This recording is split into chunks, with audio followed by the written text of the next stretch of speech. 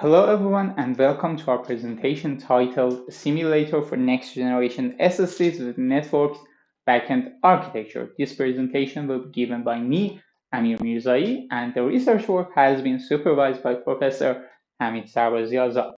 This research has been done in HPCAM research group of Sharif University of Technology. This presentation will be given in 5 sections. First, we discuss the problem that we are trying to solve and give you some background on the issue. Then we discuss the literature review that we have done on this topic. After that, we propose our solution to this problem, and then we see 2 case studies that has been done by our work, and then we conclude our presentation. Let's start by the problem. Now, before I could get into the problem, I need to give you some background on the SSD architecture. SSD architecture is in 2 parts, front-end and back-end. Front-end consisting of host interface layer, flash translation layer, and flash controllers has several responsibilities, including interfacing with the host system, mapping logical addresses to physical addresses, that is, mapping the addresses that the host system sees and works with to the physical addresses or physical locations of the data on the flash chip. Next is garbage collection and wear leveling, which are crucial for maintaining a long lifetime for the SSDs. And then cache management and storing some data on a DRAM next to front end for lower latency operations. And then are the flash controllers, which are responsible for performing the operations on flash chips. Backend is where the data is actually being stored. Backend consists of flash chips and channels that connects them to flash controllers and front end of the device. Now, flash chips are where the data is being stored, and channels is the communication platform with flash controllers. The issue here is channels limit performance and capacity. They have some inherent issues. For example, channel lengths could not be extended beyond a certain limit due to capacitance and other electrical issues. Their speed or frequency is limited by the same factors as well. Also, they could increase the cost of devices by forcing you to add other flash controllers and other channels for extending the performance or capacity of your device. They also limit the utilizations as they force each flash chip to be only able to communicate with one flash controller and one flash controller to be able to communicate with one row only. And also, if a flash controller or a channel fails, you lose access to all the flash controllers on that row. The way this problem has been solved in the past is network on SSDs or no SSDs. The work was proposed by Arash Tawakkol in 2012 in a paper titled Network on SSD, a scalable and high-performance communication design paradigm for SSDs. Now, despite the long name, the idea is fairly simple.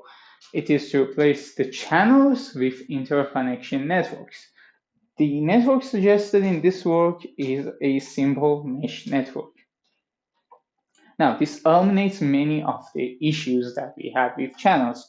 It provides multiple ways between each flash controller to each flash chip, and also makes each flash controller to be able to communicate with all the flash chips, not only a flash chip from a specific row. Since its introduction, this work has been improved upon by multiple research projects in various ways. Now, what is the issue? The issue is, despite promising results from multiple research projects. No simulator exists for networked SSDs or no SSDs. Our work aims to solve this issue by introducing MQSIM nets. Now, literature review. Despite the fact that no simulator exists for network on SSDs, many simulators exist for SSD devices and many for interconnection networks. Our research group has done 2 extensive surveys on each of them. So, first, SSD simulators. The table you see here comes from our survey on SSD simulators and maps out which parts of the SSD devices they model, which latencies they consider, and what abilities each of them have. From all of them, 2 of them were particularly interesting to us, MQSIM and Simple SSD2, also known as AMP. Next, network simulators. Like SSD simulators, we have compiled a quite large table of different network simulators, which you can find in our survey of network simulators. Now, from all of these, again, few were interesting to us. 3 of them to be particular: Xmulator, which has been used in network on SSD research in the past; BookSim2, which is probably the most famous network simulator; and Supers. Now, if no simulator exists, how do the previous work simulate a network on SSD for their own use case? There are 2 ways. First is tracing flash controller transactions. The way it works is that you record the transactions between flash controllers and flash chip and store them in a trace file. You then use that trace file and simulate it in a network simulators to achieve some latencies. You then add these latencies or their offsets to your previous results to get to the final latency. Now, the issue here is it is not that accurate since it does not consider many possible scenarios, such as a flash controller not being to continue with its operation due to traffic in the network and data not being able to be propagated through the network. The second way is modifying an already existing SSD simulators and adding network capabilities to it. Now, this is useful for smaller adjustments and modifications and is the standard practice for testing a novel idea. However, it would be less accurate for a larger modification, such as adding network to SSDs. Now, what is our solution to this problem? First, let's discuss the challenges that we were facing. First is simulator verification. Usually, the simulators are written and verified by being compared to a physical device, a real-world equivalent of the device that they are simulating. However, we are creating a simulator for a device that does not exist to date. So how would we verify it? And how would we be sure of the results? We combine 2 already verified simulators for network and for SSD to get to our final simulator. And this way we would be sure that the network simulation is accurate and the SSD simulation is accurate and the combination is accurate as well, or should be accurate as well. The second challenge we have is complexity. We don't want to propose a complex solution, provide a complex simulator.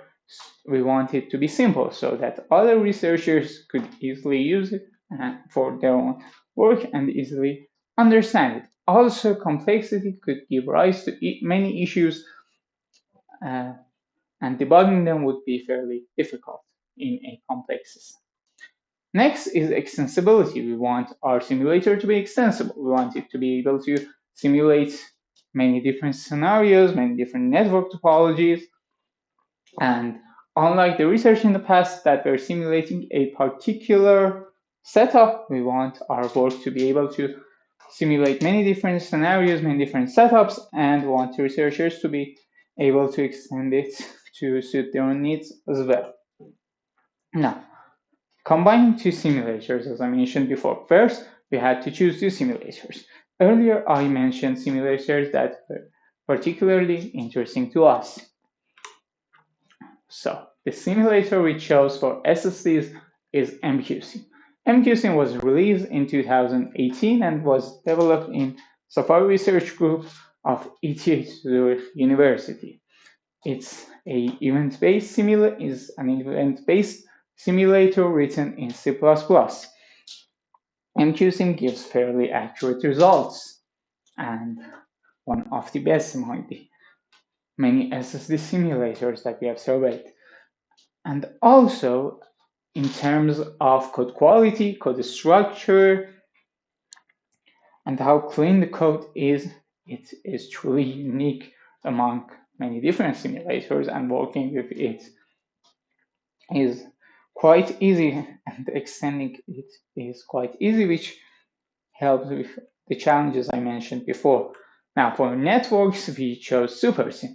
SuperSim was also released in 2018 and was developed at Hewlett-Packard Labs. It was used to design real-world hardware. It is also fairly accurate. It's a blitz level event-based simulator, also written in C++, also has a very clean and very well designed code structure. Both of these simulators are available at GitHub at the places we mentioned here. Now, how did we implement our approach? First is that changing calculation of channel latency to simulate packet travel through network.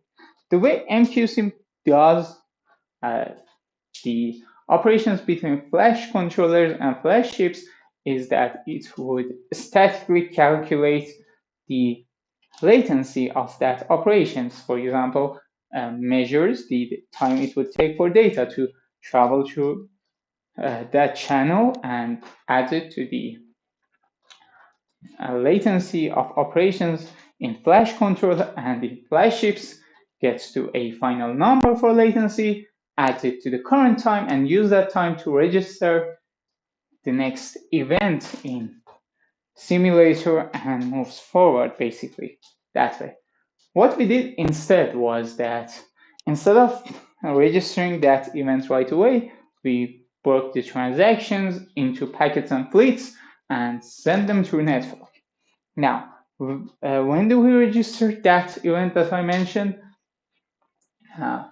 We either wait for all the packets, all the fleets to be injected in the network, and then we register that event, or we wait for all of them to reach flash chip, and then flash chip sends us a response, and upon receiving that response, we would register that event and continue for work.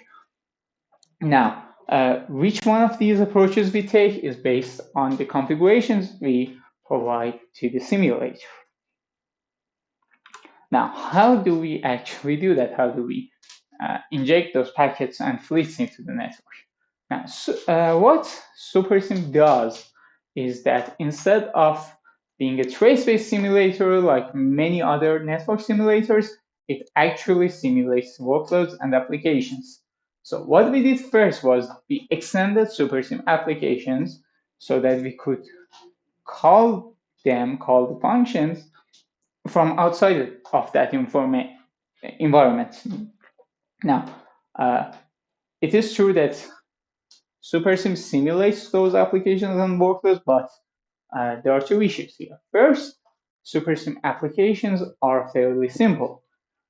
While they provide the necessary requirements for researchers working on networks and interconnection networks, they're nowhere near as complex as MQSim and SSD simulations. The second issue is, while both of these simulators were written in C++, they follow different structures for their event queues and events and objects, so combining them would diverge from the original implementation by a large degree, and we wouldn't be sure of the final results. And also, we would get a complex result.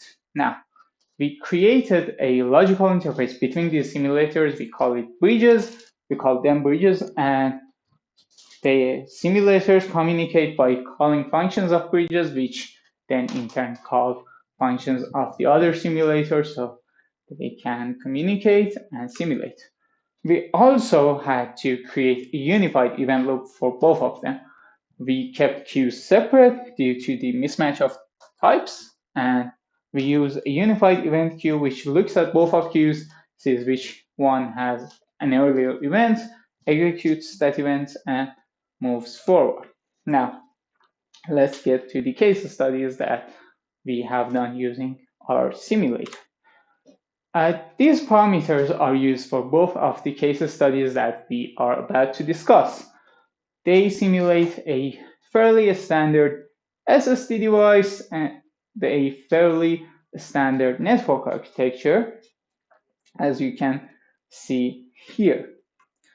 First, we studied the effect of dynamic mapping and static mapping on throughput, response time, and end-to-end latency.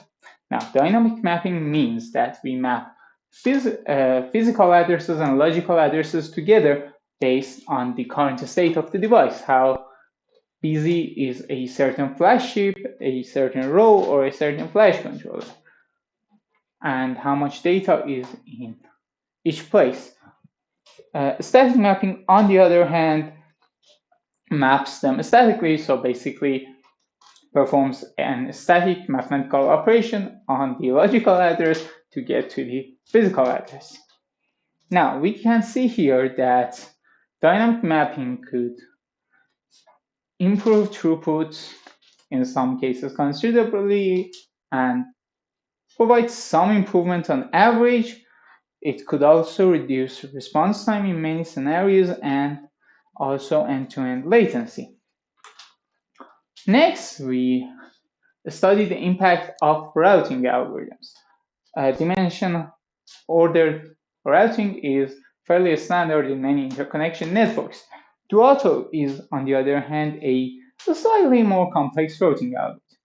As we can see here, the latencies which are mapped in this table are reduced across the board on average using Duato routing algorithm. So to conclude this presentation, we have introduced MQSimNet, a simulator for SSDs with network backend architecture. Now, this simulator enables further research into network SSDs on topics such as how different topologies would affect performance of the device or cost of the device, how different routing algorithms would affect it, what would happen if we distribute the work between flash controllers. So for example, when a flash controller is busy and another one is idle while there is a pending operation on the row of the busy flash channel or flash controller, the idle flash controller could perform this operation, which is something that we are investigating. Also, how dynamic mapping or static mapping would affect the end results. We also, by providing this simulator, provide standard results for a standard approach for results to be gathered, so they could be more comparable to one another. In the end, I like to thank you for your patience and your attention to this presentation. Please feel free to reach out to us via email if you had any questions regarding this work.